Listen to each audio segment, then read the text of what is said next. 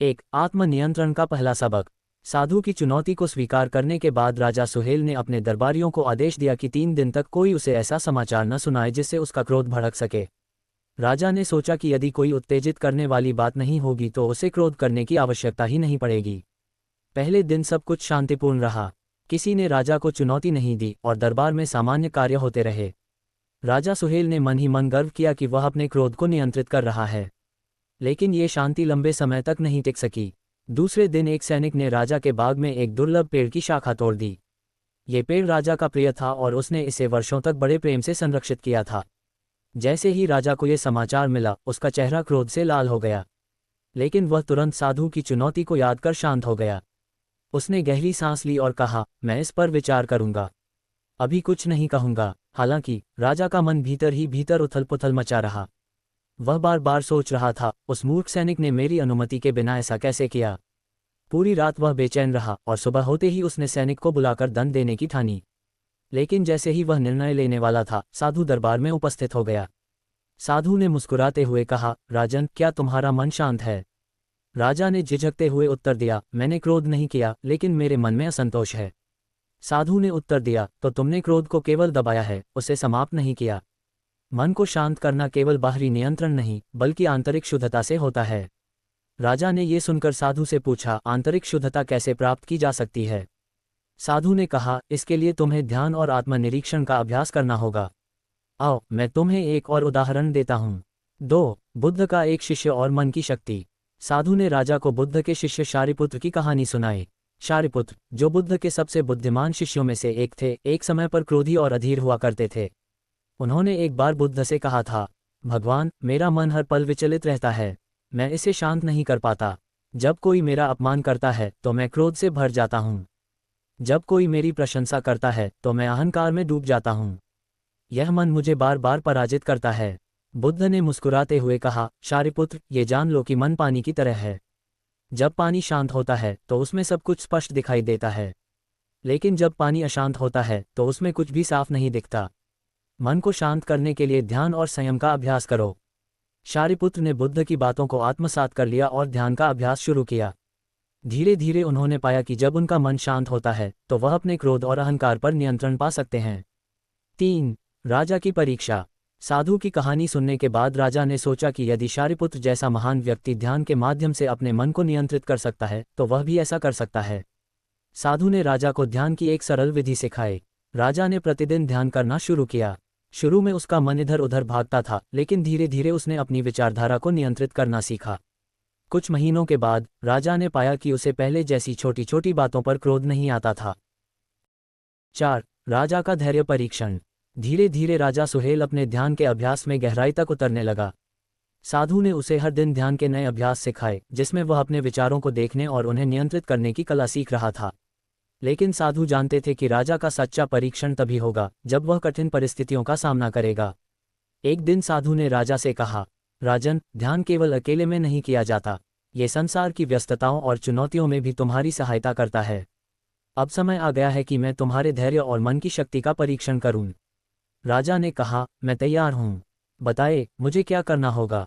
साधु ने उत्तर दिया, मैं तुम्हें 3 कठिन परिस्थितियों में डालूंगा। इन परिस्थितियों में तुम्हें अपने क्रोध और भावनाओं पर नियंत्रण रखना होगा।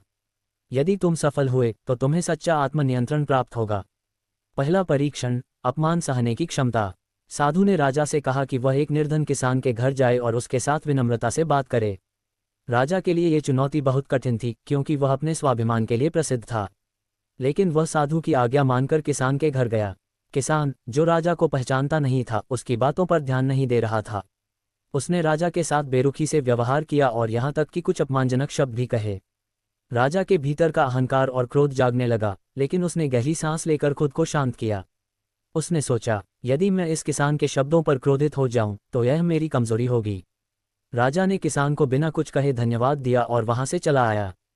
साधु ने राजा की इस प्रतिक्रिया पर कहा, राजन, ये पहली जीत है। अपमान को सहन करना और क्रोध को नियंत्रित करना आत्मनियंत्रण की ओर पहला कदम है। दूसरा परीक्षण, क्रोध के सामने शांति। दूसरे दिन साधु ने राजा को जंगल के एक खतरनाक क्षेत्र में भेजा, जहां चोरों का एक गिरोह सक्रिय था। राजा को वहां अकेले जाना था और अपनी शांति को बनाए रखना था। जंगल में राजा का सामना चोरों के एक समूह से हुआ। उन्होंने राजा को घेर लिया और उसका धन छीनने का प्रयास किया। राजा, जो पहले ऐसी स्थिति में अपनी तलवार निकाल लेता और हिंसा का सहारा लेता, इस बार शांत रहा। उसने चोरों से कहा, मैं एक साधारण यात्री हूँ। यदि तुम्हें धन चाहिए तो तुम ले सकते हो, लेकिन मैं तुम्हारे खिलाफ कुछ नहीं करूँगा। चोर राजा की शांति और साहस से प्रभावित हुए। उनके नेता ने कहा, तुम्हारा मनोबल हमें विचलित कर रहा है। तुम कौन हो? राजा ने उत्तर दिया, मैं वह हूँ जिसने अपने मन को शांत करना सीखा है। तुम्हारा धन लेने का उद्देश्य तुम्हारे भीतर का भय और लालच है। यदि तुम इसे छोड़ दो तो तुम्हें शांति मिलेगी। चोरों का गिरोह राजा की बातों से प्रेरित हुआ और उन्होंने अपने हथियार त्याग दिए। तीसरा परीक्षण, प्रजा के कल्याण के लिए बलिदान। तीसरे दिन साधु ने राजा को आदेश दिया कि वह अपने खजाने का आधा भाग अपनी प्रजा के कल्याण के लिए दान कर दे। राजा के दरबारी इससे सहमत नहीं थे। उन्होंने राजा से कहा, यदि आप खजाना दान कर देंगे तो राज्य कमजोर हो जाएगा। राजा के भीतर संघर्ष होने लगा। वह अपनी प्रजा की भलाई चाहता था, लेकिन अपने दरबारियों की बात भी सुनना चाहता था। उसने ध्यान में बैठकर इस समस्या पर विचार किया। अंत में उसने निर्णय लिया कि प्रजा का कल्याण ही उसका सच्चा कर्तव्य है। राजा ने आधा खजाना दान कर दिया और प्रजा के लिए नए जलाशय, सड़कें और आश्रय बनवाए। उसकी इस उदारता ने प्रजा का हृदय जीत लिया। 5. मन की शक्ति का रहस्य। इन 3 परीक्षणों के बाद साधु राजा के पास आया और कहा, राजन, अब तुमने अपने मन को नियंत्रित करना सीख लिया है। अपमान, क्रोध और लालच के सामने तुम शांत और संतुलित रहे। यही आत्मनियंत्रण है। अब तुम्हारा मन तुम्हारा दास है और तुम उसके स्वामी। राजा ने धन्यवाद देते हुए कहा, गुरुदेव, आपने मुझे जीवन का सबसे बड़ा सबक सिखाया है। अब मैं जानता हूं कि सच्ची शक्ति बाहरी विजय में नहीं, बल्कि अपने मन पर विजय पाने में है। निष्कर्ष, आत्मनियंत्रण का संदेश। राजा सुहेल के इस परिवर्तन ने न केवल उसके जीवन को बदला, बल्कि उसकी प्रजा के लिए भी एक आदर्श स्थापित किया। उसकी कहानी यह सिखाती है कि मन की शक्ति और आत्मनियंत्रण से हम किसी भी चुनौती को पार कर सकते हैं। भगवान बुद्ध के उपदेशों ने राजा को यह समझने में मदद की कि सच्ची विजय बाहरी दुनिया में नहीं, बल्कि अपने भीतर होती है। 6. ध्यान और आत्मनिरीक्षण का अभ्यास। साधु ने राजा सुहेल को एक नया ध्यान अभ्यास सिखाया, जिसे अनुपश्यम ध्यान कहा जाता था। यह ध्यान आत्मनिरीक्षण और अपने विचारों को देखने की एक विधि थी। साधु ने राजा से कहा, राजन, तुम्हारे भीतर जो क्रोध, लालच और भय है, वह तुम्हारे विचारों का ही परिणाम है। यदि तुम अपने विचारों को समझ लो तो तुम उन्हें नियंत्रित कर सकते हो। हर दिन कुछ समय निकालकर अपने भीतर झांको। अपने मन से पूछो कि वह क्यों विचलित हो रहा है। राजा ने इस विधि का अभ्यास करना शुरू किया। पहले कुछ दिन उसका मन इधर उधर भागता रहा। कभी वह अपने राज्य की समस्याओं के बारे में सोचता तो कभी अपने दुश्मनों के बारे में। लेकिन धीरे धीरे उसने देखा कि यदि वह अपने विचारों को केवल देखे और उनसे जुड़ने की कोशिश न करे तो वे विचार स्वयं शांत हो जाते हैं। साधु ने उसे एक और सबक दिया, राजन, विचारों को नियंत्रित करने का अर्थ उन्हें दबाना नहीं, बल्कि उन्हें समझना है। जब तुम अपने मन को देखने की कला सीख लोगे, तब वह तुम्हारा दास बन जाएगा।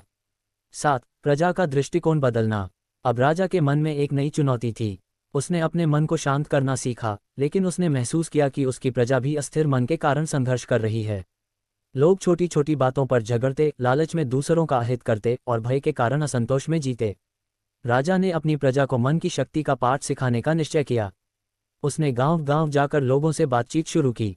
वह एक किसान के पास गया और उससे पूछा, तुम हर दिन खेत में मेहनत करते हो, लेकिन क्या तुम्हें सच्ची शांति मिलती है? किसान ने उत्तर दिया, महाराज, शांति तो तब मिलेगी जब फसल अच्छी होगी और हम पर से कर का बोझ हट जाएगा। राजा ने मुस्कुराते हुए कहा, शांति केवल बाहरी चीजों पर निर्भर नहीं करती। यदि तुम्हारा मन संतुष्ट है तो तुम्हें हर परिस्थिति में शांति मिलेगी। क्या तुम हर दिन कुछ पल अपने मन को देखने में बिताओगे? किसान ने आश्चर्य से पूछा, ये कैसे संभव है? राजा ने उसे एक सरल अभ्यास सिखाया। उसने कहा, हर सुबह और शाम अपने मन को शांत करो। जो विचार तुम्हें परेशान कर रहे हैं, उन्हें केवल देखो, उनसे लड़ने की कोशिश मत करो। धीरे धीरे तुम देखोगे कि तुम्हारा मन शांत होता जा रहा है। 8. एक विद्रोही की चुनौती। राजा की शिक्षाओं से उसकी प्रजा प्रभावित होने लगी, लेकिन हर कोई उससे सहमत नहीं था। राज्य में एक विद्रोही नेता, जिसका नाम विक्रम था, राजा की नीतियों का विरोध करता था। विक्रम को लगता था कि राजा की यह मन की शक्ति वाली शिक्षा केवल एक दिखावा है। विक्रम ने राजा को खुलेआम चुनौती दी, यदि तुम्हारा मन इतना ही शक्तिशाली है तो आओ और मेरी बातों को सुनो। मैं तुम्हें इतना अपमानित करूंगा कि तुम्हारा क्रोध जाग उठे। यदि तुम शांत रहे तो मैं तुम्हारी शिक्षा को स्वीकार कर लूंगा। राजा ने इस चुनौती को स्वीकार किया। वह विक्रम के पास गया और उसे कहा, तुम जो भी कहना चाहते हो कहो, मैं सुनने के लिए तैयार हूं। विक्रम ने राजा को अपशब्द कहे, उसकी नीतियों का अपमान किया और यहाँ तक कि उसकी शारीरिक बनावट और वंश पर भी कटाक्ष किया। लेकिन राजा शांत बना रहा। उसने केवल इतना कहा, तुम्हारे शब्द तुम्हारे भीतर के क्रोध और असंतोष को दिखाते हैं। मैं उन्हें अपने मन पर प्रभाव डालने की अनुमति नहीं दूंगा। विक्रम ये देखकर चकित रह गया। उसने कहा, तुम्हारा धैर्य अविश्वसनीय है, तुमने मुझे हराया है, अब मैं तुम्हारी शिक्षा को स्वीकार करता हूँ। 9. भगवान बुद्ध का आगमन। कुछ महीनों बाद भगवान बुद्ध स्वयं राजा सुहेल के राज्य में आए। उन्होंने सुना कि राजा ने अपने मन को नियंत्रित करना सीख लिया है और अपनी प्रजा को भी वही सिखा रहा है। बुद्ध ने राजा से मिलने की इच्छा जताई। जब राजा ने बुद्ध को देखा तो वह उनके चरणों में झुक गया और कहा, भगवान, आपके उपदेशों ने मेरा जीवन बदल दिया। मैंने अपने मन की शक्ति को समझा और उसका उपयोग अपने और अपनी प्रजा के कल्याण के लिए किया। बुद्ध ने राजा को आशीर्वाद दिया और कहा, राजन, तुमने सच्ची विजय प्राप्त की है। यह विजय किसी युद्ध से नहीं बल्कि अपने भीतर के अज्ञान पर जीत से आती है। यही सच्ची शांति का मार्ग है। अब ये ज्ञान अपनी प्रजा और आने वाली पीढ़ियों तक पहुंचाओ। 10. अंतिम विजय। राजा सुहेल ने बुद्ध के साथ समय बिताया और उनसे ध्यान और मन की शक्ति के गहन रहस्यों को सीखा। उसने पूरे राज्य में ध्यान केंद्र बनवाए जहां लोग आकर अपने मन को शांत करने का अभ्यास कर सकते थे। धीरे धीरे उसका राज्य न केवल धन और समृद्धि में बल्कि शांति और संतोष में भी एक आदर्श बन गया। राजा की कहानी पूरे क्षेत्र में फैल गई और लोग उसे धैर्यवान राजा के नाम से बुलाने लगे। निष्कर्ष, मन की शक्ति का अमूल्य सबक। ये कहानी हमें सिखाती है कि मन की शक्ति संसार की सबसे बड़ी शक्ति है। भगवान बुद्ध की शिक्षाएं और राजा सुहेल का जीवन ये प्रमाणित करते हैं कि आत्मनियंत्रण और धैर्य से हर समस्या का समाधान संभव है।